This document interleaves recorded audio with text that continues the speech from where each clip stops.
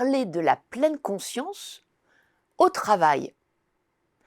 C'est vrai qu'en fait, quand on parle de pleine conscience, on imagine tout de suite le mot méditation et l'ensemble des pratiques proposées par exemple par Christophe André. Eh bien, en fait, il faut absolument dissocier la méditation de la pleine conscience.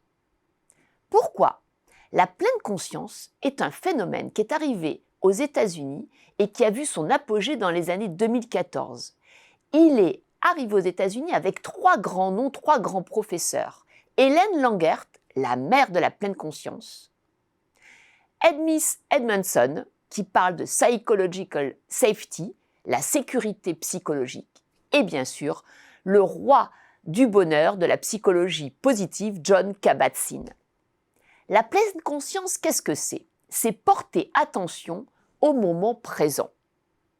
Alors concrètement, quels sont les effets de la pleine conscience sur le travail, dans le management et surtout dans le quotidien de tous les collaborateurs en entreprise ? Les recherches ont montré au moins 3 grands apports. Le premier apport, c'est que ça permettait d'être beaucoup plus innovant, beaucoup plus créatif. Le deuxième apport, c'est que ça permettait de pouvoir créer une valeur ajoutée qui était mesurée en productivité et qui développait donc la performance des collaborateurs. Et le troisième apport, c'est que ça permettait d'avoir des collaborateurs bien plus heureux, bien plus communicants et positifs dans leur relation à l'autre, dans leur communication. Alors vous voyez bien qu'en fait, la pleine conscience intéresse les entreprises car ces apports sont concret. Concrètement, qu'est-ce que ça veut dire ? Comment est-ce qu'on peut la mettre en œuvre ? On peut la mettre en œuvre quand on comprend qu'il faut arrêter le multitâche et passer au séquentiel. On fait une tâche, on est concentré, on est dans le mode focus, on est dans le mode présent. Cette tâche nous permettra ensuite de passer à une autre tâche. Mais nous ne faisons pas 2 tâches à la fois. C'est-à-dire que nous ne mobilisons pas, par exemple, le téléphone, le mail, le WhatsApp et l'écriture en même temps. Ça, c'est le premier conseil opérationnel.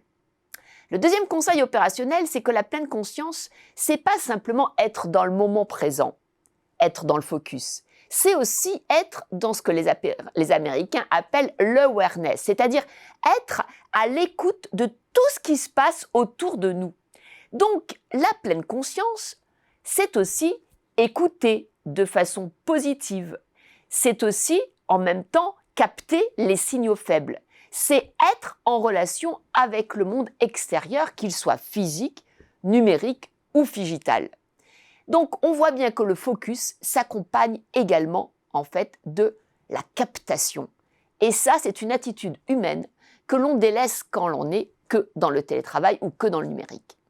Troisième conseil opérationnel, la pleine conscience, c'est avoir la capacité à prendre du recul et à faire un retour sur ce que l'on a fait. C'est-à-dire ne pas être que dans la production du moment présent où je me concentre, du moment où je capte les signaux, mais être aussi dans la capacité à analyser ce qui a été fait comme valeur positive ou négative, ce qui pourrait être amélioré pour justement progresser. Donc on le voit, la pleine conscience est une façon de faire, c'est un état d'esprit et ça permet à tout un chacun de travailler vraiment avec efficacité et surtout de diminuer le stress au travail.